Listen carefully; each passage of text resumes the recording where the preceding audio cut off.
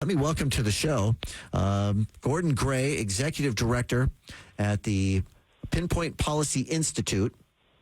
And he has written most recently about all the claims that Democrats and people on the progressive political left say they'll be able to fix if they can just tax the rich, tax the wealthy, or increase taxes on the rich. Gordon, thank you for jumping on with me to talk about these things here on the Morning Ride.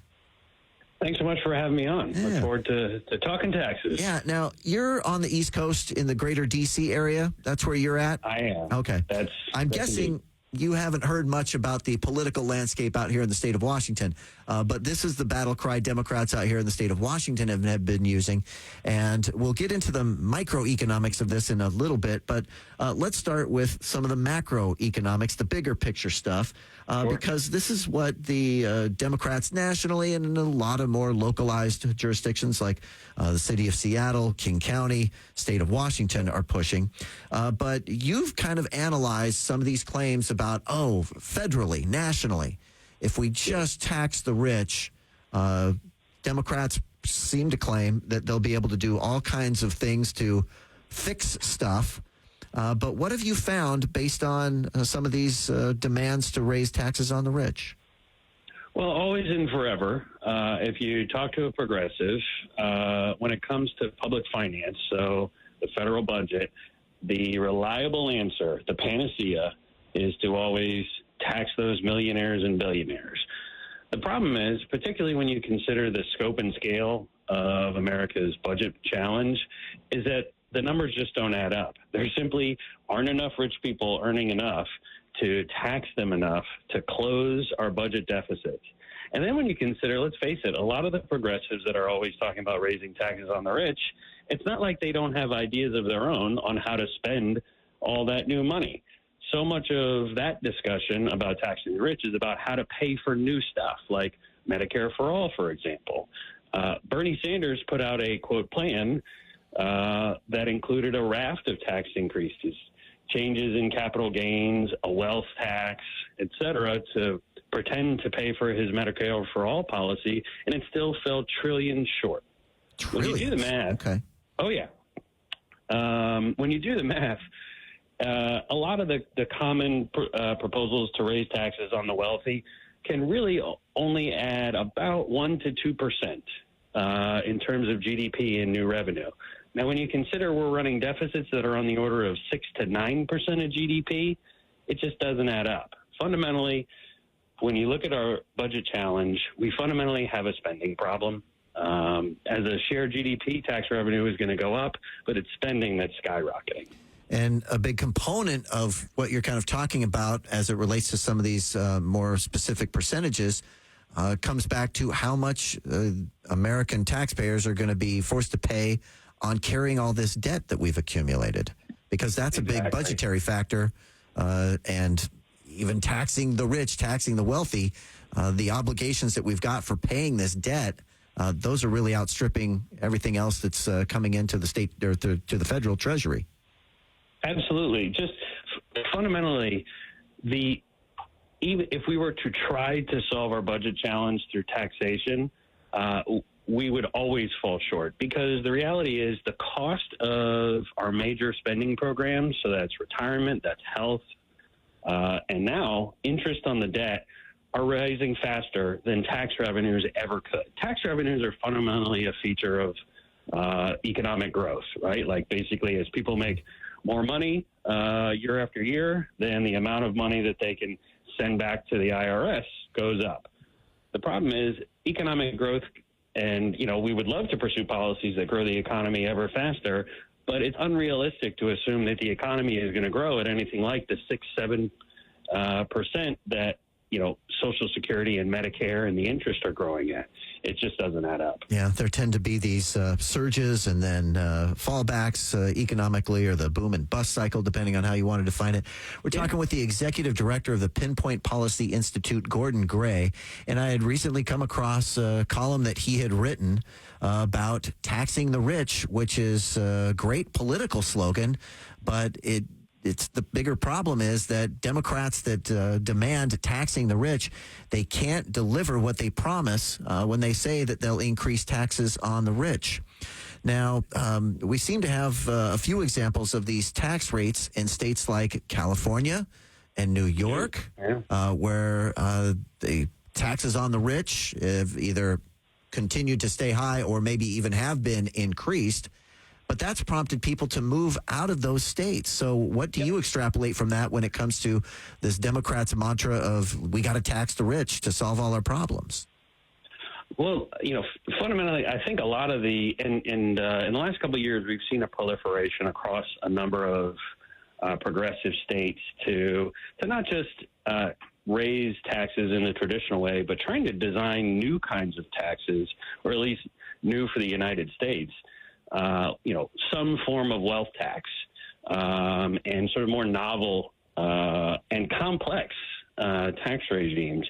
The problem is, and we've already seen this, is that these taxes are poorly designed. A lot of European and other foreign countries tried wealth taxes, and they were an abysmal failure.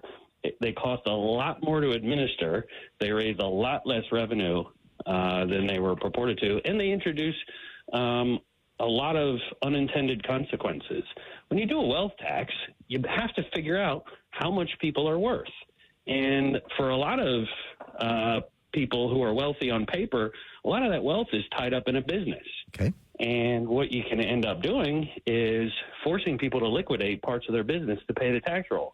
That is not an efficient tax. And these are the challenges that a lot of countries face when they tried these, and they abandoned them.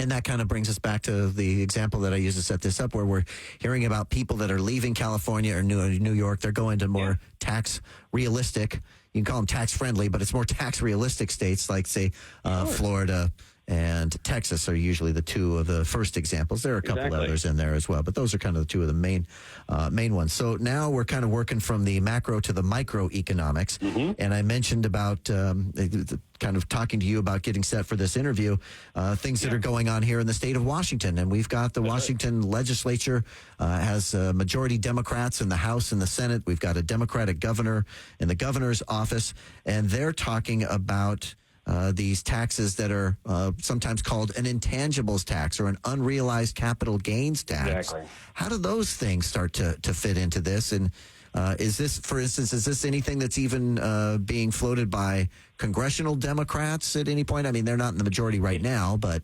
It has, yeah. Okay.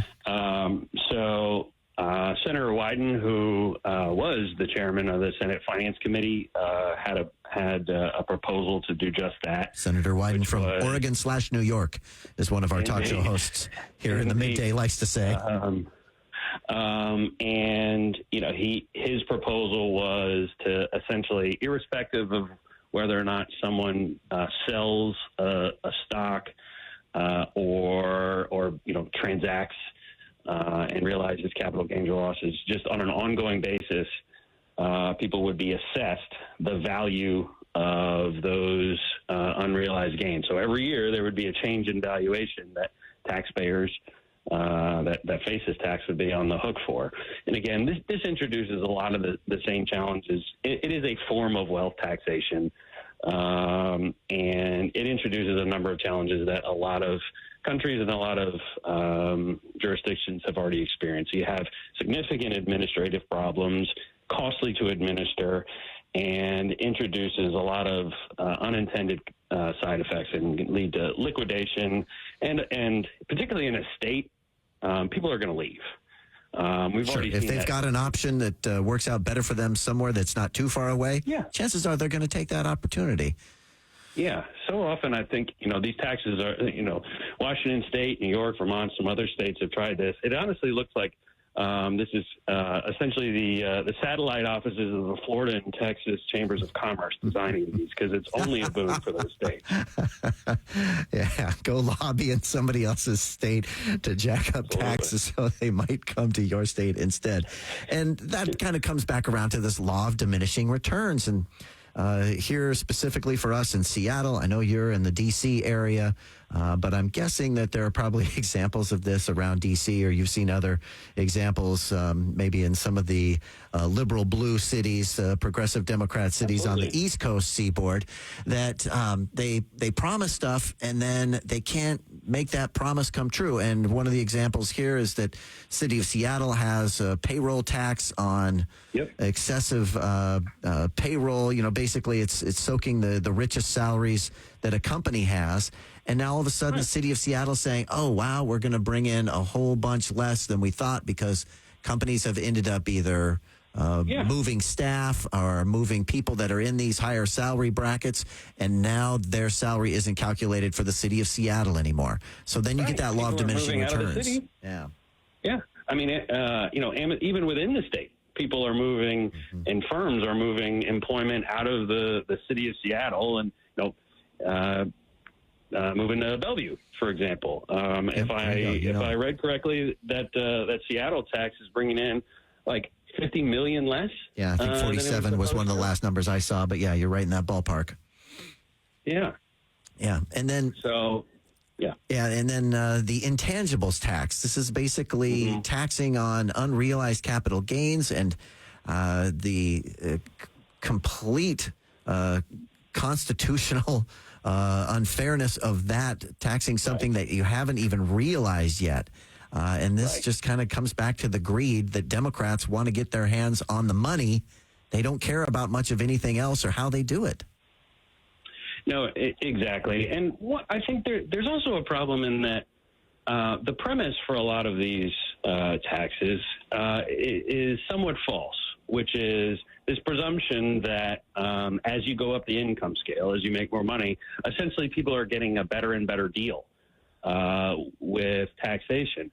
But fundamentally, the U.S. has a very highly progressive tax code, which is to say the more money you make, the higher the rate you pay on your income. Basically the bottom 50% of Americans pay an average tax rate, and this includes all the taxes, of about 7%. But when you go up to the top of the distribution, people are paying almost 5 times that much. At the highest end of the distribution, people pay twice as much.